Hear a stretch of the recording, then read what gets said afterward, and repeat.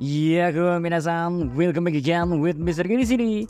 Kehadiran Usama di dua chapter terakhir rasanya membuat segala sesuatu hal menjadi lebih menarik. Soalnya dengan semakin dimunculkannya karakter-karakter yang dibuat misterius awalnya, berarti semakin dekat kita dengan akhir dari cerita One Piece. Endingnya tarik. Makanya ya, dari beberapa chapter ke belakang aja, entah kenapa rasanya semakin banyak clue-clue yang kita miliki untuk menyusun seluruh potongan puzzle dari cerita One Piece yang ada. Hanya saja memang karena gak semua hal langsung diperlihatin secara bersamaan oleh Odachi, beberapa pertanyaan baru pun muncul, seperti misalnya saat kita diperlihatkan kekuatan dari Im-sama, yang mana banyak orang mengira kalau Im-sama memiliki kekuatan yang berhubungan dengan buah iblis Zoan, kan ada sedikit perubahan yang menjadi ciri khas dari para pengguna buah iblis tipe Zoan. Apalagi mengingat Orba Senjo sendiri pada akhirnya diungkap sebagai pemakan buah iblis Zoan pula. Teka-teki akan hal ini menjadi semakin menarik untuk ditunggu ke depannya kan.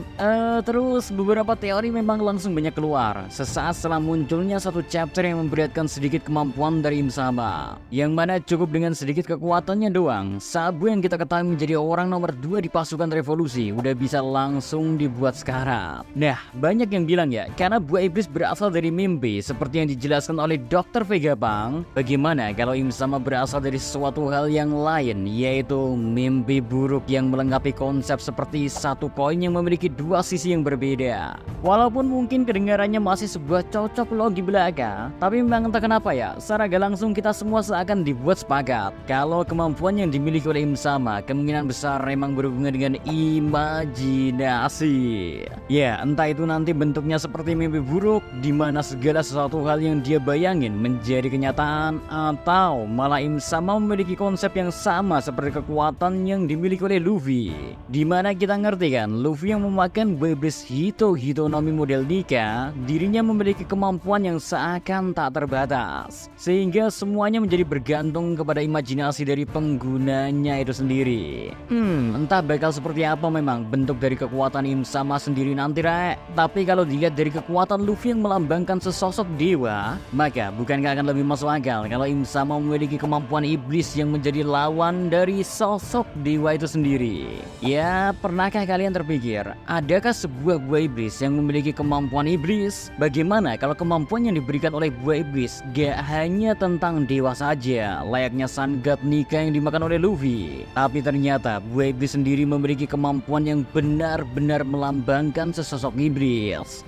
Bayangin, mulai dari perubahan Im-sama dan para Gorosei, yang mana kemungkinan perubahan dari Gorosei juga bisa aja kan berkat kemampuan dari buah iblisnya Im-sama. Apalagi kalau dilihat dari siluetnya, meski kita tahu gak bisa terlalu mempercayai siluet yang diberikan oleh Odachi, akan tetapi perubahan dari Im-sama terlalu beragam rek, sehingga bisa dibilang terlalu simpel jika itu hanya berasal dari buah iblis tipe Zoan yang biasa doang. Belum lagi dampak dari kekuatan yang dikeluarkan oleh Im-sama yang bisa bikin orang sekelas Sabu aja sampai sangat kesulitan.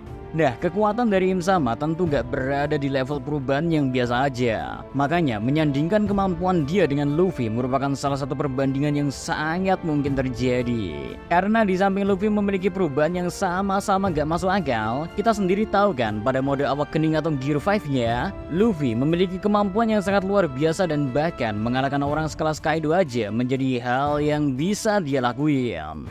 Satu hal yang bisa kita gunakan sebagai pendukung akan kemampuan Im-sama ini ya, ialah bagaimana di momen setelah Sabu mencoba menghabisi Im-sama dan Gorosei. Di situ dia bilang kalau dia gak menyangka di puncak dunia dia malah melihat neraka. Dah, kira-kira menurut kalian makhluk apa yang menjadi penghuni neraka? Yaps, benar, makhluk apa lagi selain iblis yang paling cocok untuk menjawab kata-kata dari Sabu itu?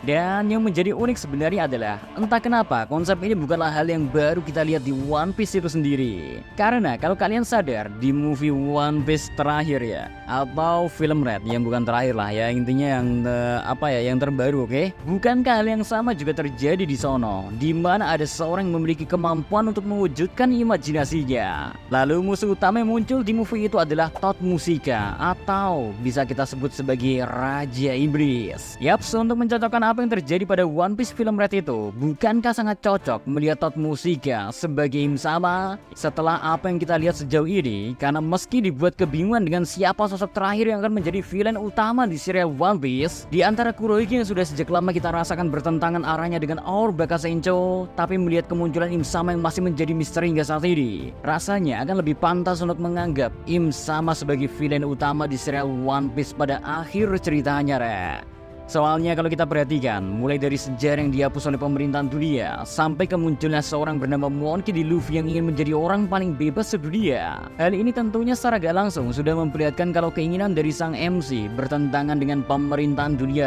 Bahkan hebatnya lagi, kemampuan dari Im Sama mirip dengan apa yang suka dia lakuin, yaitu menghapus sesuatu atau menutupi sesuatu dari orang lain. Sehingga kita sendiri aja tahu kan, di salah satu momen ketika Raja Cobra ingin menjelaskan tentang isi surat yang dia terima dari Nefertari the Lily ke Sabu, di situ bebarengan dengan keluarnya serangan Im Sama yang menutupi apa yang coba diutarakan oleh Raja Cobra. Belum lagi kalau kita lihat bagaimana peran dari kru Akagami Pirates di movie Reds yang bertarung bersama Luffy dan kawan-kawan. Mungkin gak hal ini juga bisa kita jadikan clue kalau kedepannya saat berhadapan dengan pemerintahan dunia, Shanks dan krunya bakalan menjadi tambahan aliansi bagi kru topi jerawi. Ya, demi untuk mengalahkan Gorosei dan Im Sama yang sudah mulai kita ketahui kekuatannya, rasanya Shanks yang selama ini hanya diam dan mencoba menjaga kestabilan dari dunia. Mungkinkah di saat Luffy dan yang lainnya akan melakukan perang besar dengan pihak pemerintahan dunia, Di momen itulah Shanks dan krunya akan memutuskan untuk membantu Luffy menggulingkan pemerintahan dunia yang ada saat ini.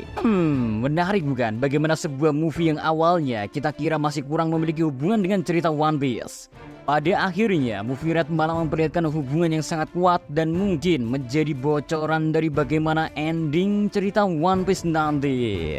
Apalagi kalau nantinya ya di episode anime ya, Luffy dan kawan-kawan menuju ke Lauftel bernyanyi Bing Sake dan yang menyanyikannya adalah Ado alias Uta. Itu gokil sih.